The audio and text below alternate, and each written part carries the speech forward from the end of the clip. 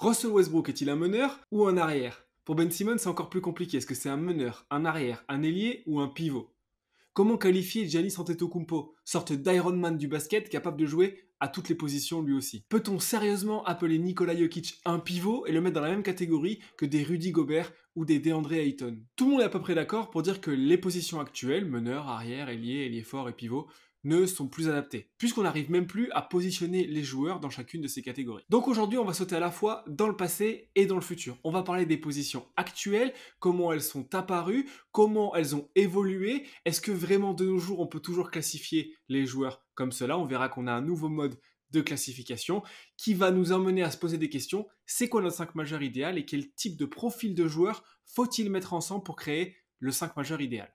Si la vidéo vous plaît, comme d'habitude, mettez un petit pouce bleu, likez-la, abonnez-vous au canal, on a plein de vidéos comme ça pour continuer à nous apporter votre soutien et puis partagez-la le plus possible.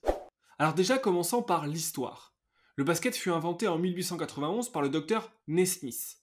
Le professeur faisait jouer son sport à 9 contre 9, avec 3 arrières, 3 ailiers et 3 intérieurs, sans trop qu'on sache ce que ça voulait dire à ce moment-là. La répartition entre ces 3 postes principaux était déjà là, avec un jeu néanmoins très différent de ce que l'on peut avoir aujourd'hui. Puis le jeu s'est propagé partout dans le monde à des vitesses un petit peu différentes, et surtout en Europe. Et en Europe, durant les prémices du jeu, et ce jusqu'à la Seconde Guerre mondiale, on avait à peu près partout 3 grands postes, mais qui étaient, pour le coup, pas du tout arrière et les intérieurs. On parlait d'attaquants, de centres et de défenseurs.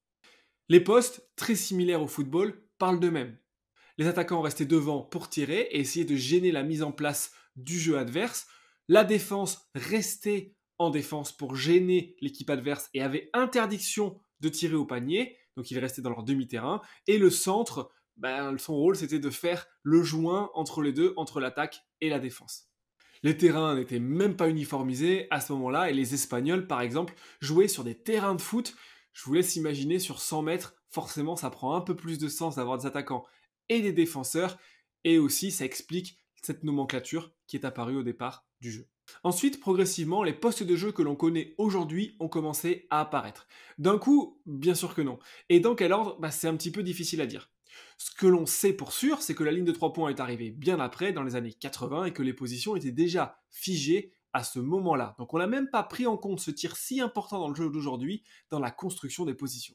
Et bien que ces postes aient évolué beaucoup, ils sont arrivés avec des petites améliorations en attaque qui ont généré un contre en défense, ou inversement. On peut prendre l'exemple du premier joueur à s'être mis dos au panier. Les historiens estiment que c'était en 1926, si loin dans le temps, et qu'il s'agissait d'Henry Dennert, avec les Original Celtics. Mais il l'a pas fait par magie, plutôt par réponse à son adversaire, qui plutôt que de le suivre sur le terrain, restait dans la raquette pour gêner les tirs de ses coéquipiers. Il s'est donc précipité vers lui pour se mettre dos au panier, le gêner, recevoir la balle, et c'est ainsi que les premiers mouvements sont arrivés. Pouvait-on le considérer déjà comme un pivot? Pour en être sûr, allons aux définitions. Les définitions des postes de jeu, on va voir que c'est très surprenant parce que même si on a tous grandi avec les mêmes, on se rend compte qu'on n'a pas tous les mêmes définitions et qu'on n'a pas tous la même façon de voir ces postes pourtant rudimentaires. C'est un petit peu difficile de trouver une vraie définition, souvent c'est un savoir intuitif qui n'est pas écrit. Mais si on regarde la littérature qui est disponible, on se rend compte que souvent c'est marqué que le meneur c'est celui qui monte la balle, qui annonce les systèmes, qui est le relais avec le coach et qui a une intelligence de jeu supérieure à la moyenne. Un arrière, il est plus vif, c'est lui qui va attaquer beaucoup, jouer de 1 contre 1, mais également être une menace à l'extérieur. Un ailier qui est le compromis entre les intérieurs et les arrières et qui est un petit peu un mélange des deux. Il peut jouer de haut panier, mais il peut également attaquer par sa vitesse et sa mobilité. Et puis on a les pivots qui sont censés protéger le cercle et jouer de haut panier, être une point d'ancrage de leur équipe, et puis des ailiers forts qui sont censés, pour le coup, être moins grands, mais plus mobiles et tout aussi puissants que les pivots. Vous n'êtes pas convaincu? Nous non plus. Il n'y a plus beaucoup de joueurs qui rentrent dans ces définitions exactes des positions. Ils ont été inventés il y a 80 ans, ces postes de jeu. Donc forcément, ils ne s'adaptent plus vraiment à ce qui se fait actuellement.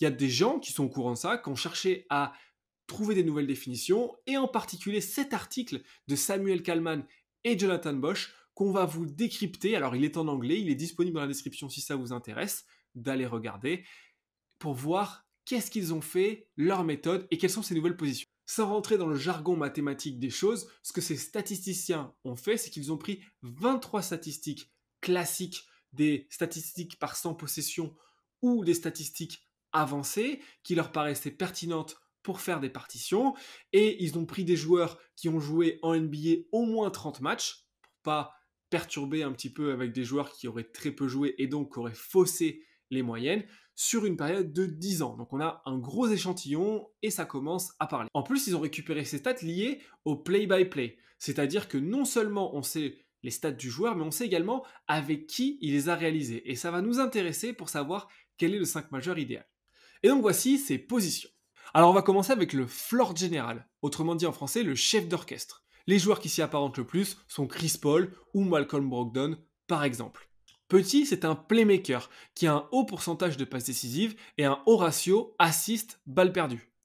Il ne joue pas beaucoup de ballons pour lui, c'est-à-dire qu'il a un usage pourcentage, un pourcentage d'utilisation de la balle plutôt faible, vous avez la définition dans la description si vous ne la connaissez pas, mais il est par contre efficace avec un e-field goal pourcentage très élevé. Dans sa panoplie, il lit très bien le pick and roll, il est capable de mettre des tirs, il a un gros QI basket et c'est un défenseur plutôt insupportable pour les autres joueurs qui montent la balle. Par contre, en défaut, il finit assez peu près du cercle, ce n'est pas un joueur de 1 contre 1 né, et ses paniers, il a tendance à se les gratter tout seul, souvent sur des tirs à mi-distance ou à 3 points, derrière des écrans. La seconde position, c'est ce que les Américains appellent le ball dominant scorer, c'est-à-dire un scoreur dominant balle en main. La comparaison, elle est assez simple, c'est Giannis Antetokounmpo, LeBron James, Luka Doncic. C'est la première option de l'équipe. Il joue longtemps, il joue beaucoup de ballons, il a une grosse efficacité car il va beaucoup au cercle et il tire énormément. Il score de beaucoup de façons différentes, il est très créatif offensivement, il génère des aides et donc donne des tirs aux autres car il est souvent entouré de bons shooters. On tire par contre beaucoup sur lui et la performance de l'équipe dépend quasi exclusivement de lui. En termes de stats, par exemple, il ne tente jamais de tir à 3 points ouvert dans le coin, puisqu'il faudrait que des autres créent pour lui, ce qui lui fait baisser ses pourcentages à 3 points, et ses tirs ne sont quasiment jamais assistés. La troisième position, c'est le high usage guard, c'est-à-dire l'arrière créateur, qui adore avoir la balle dans les mains.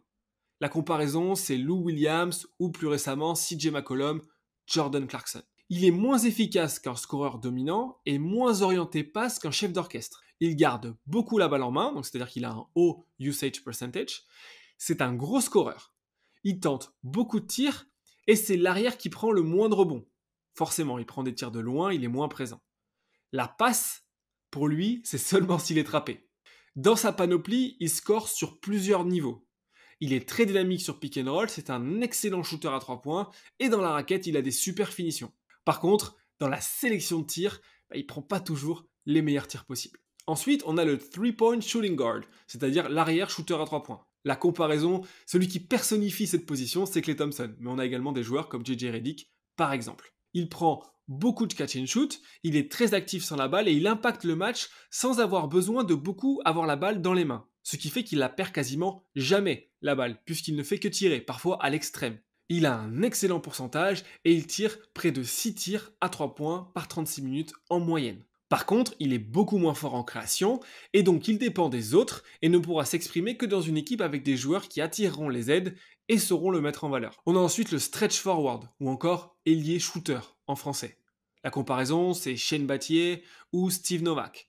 Très similaire à la position précédente, dont on ne va pas rappeler les qualités, il est néanmoins plus grand, c'est un bien meilleur rebondeur et il est également très souvent impliqué dans les tâches défensives.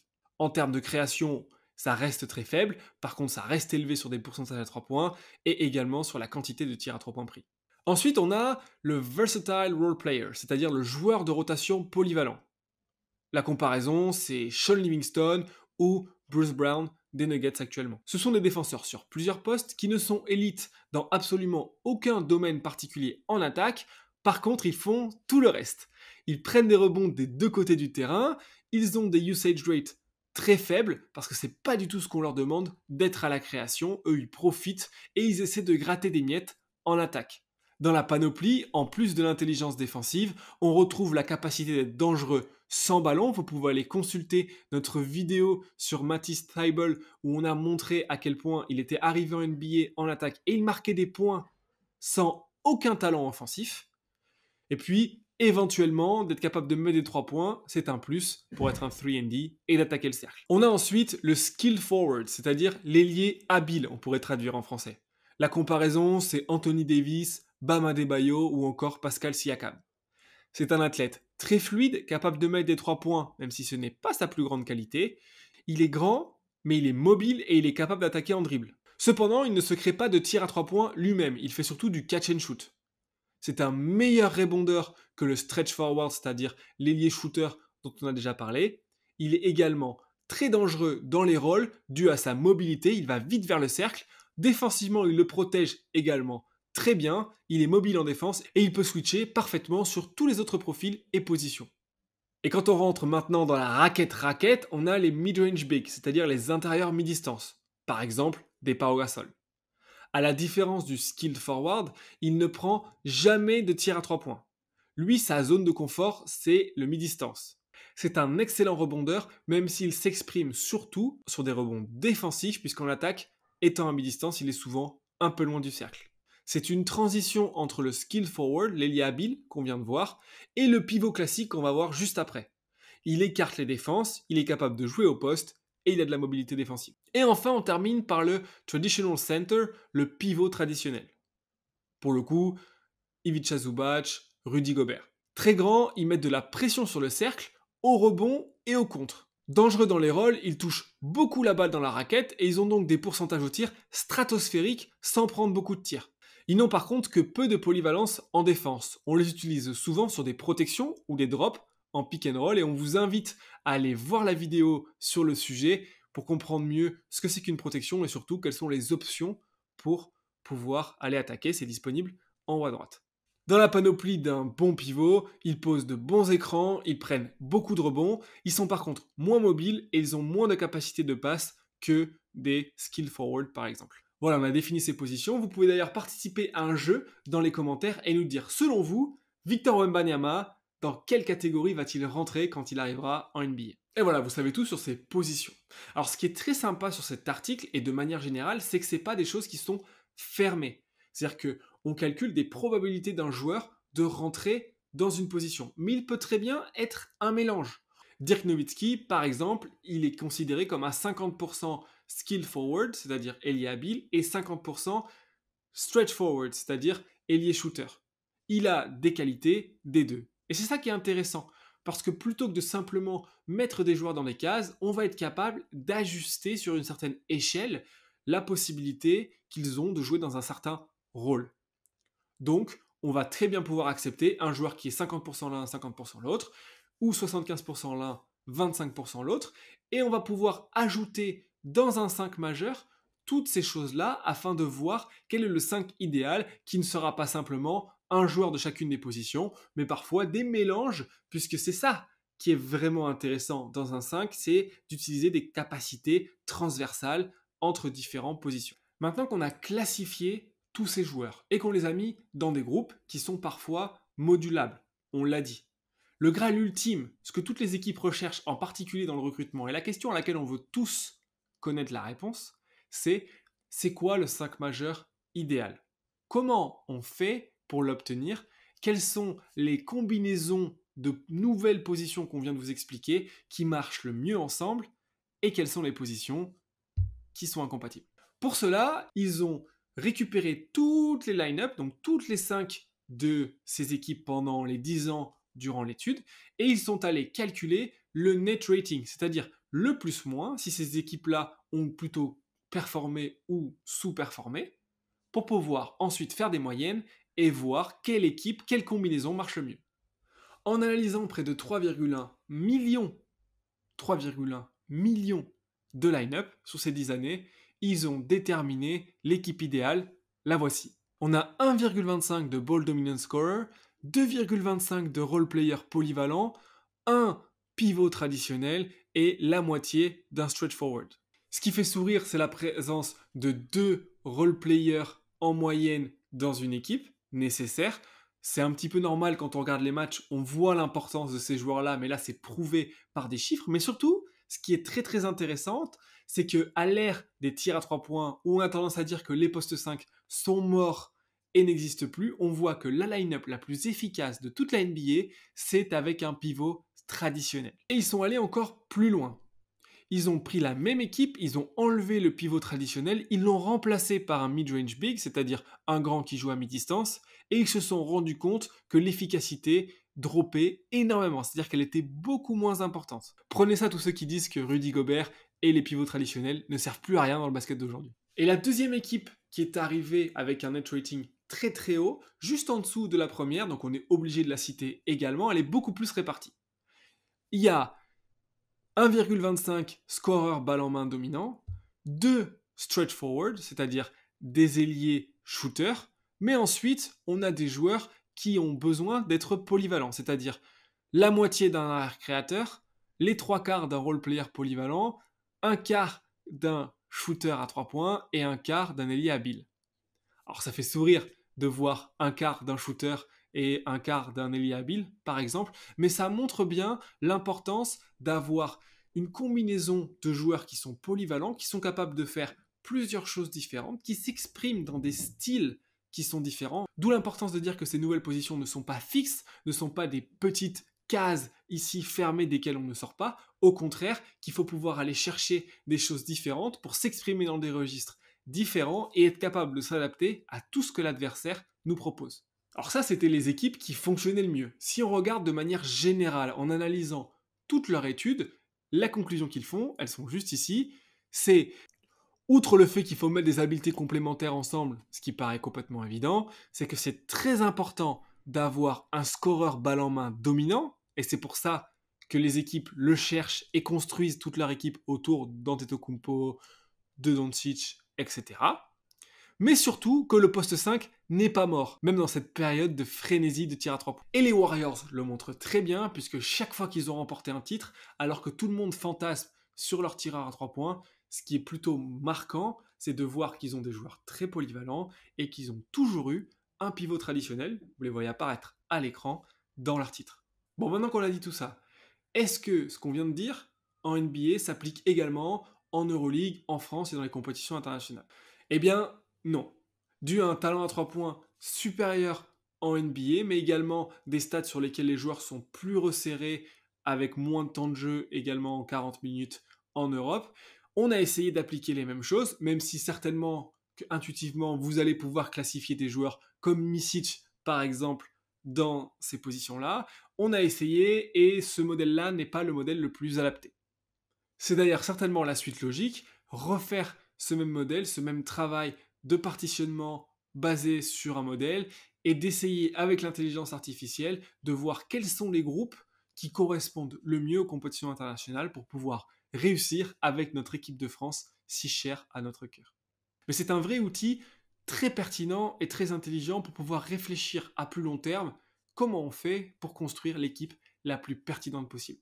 Donc si on résume, on a 9 nouveaux postes de jeu qui représentent un peu mieux ce que sont les joueurs, en particulier en NBA, même s'il y a des joueurs en Europe qui peuvent rentrer dans ces cases-là. Et on est allé jusqu'à pouvoir déterminer quels sont les 5 majeurs idéaux et quelle est la combinaison parfaite. Et vous, qu'est-ce que vous en pensez? Quels sont les postes qui peuvent rester en Europe? Et surtout, comment utiliser ces informations tant dans le recrutement que dans une utilisation quotidienne d'une équipe? On espère que cette vidéo vous a plu. Encore une fois, merci de nous avoir suivis. Et n'oubliez pas de nous dire en commentaire sur ces 9 postes de jeu, selon vous, lequel ou lesquels, comme on a vu, seront ceux qui vont pouvoir le mieux correspondre à Victor Wembanyama. Vous avez la vidéo en haut à droite de notre analyse sur lui pour plus d'infos. Ciao ciao!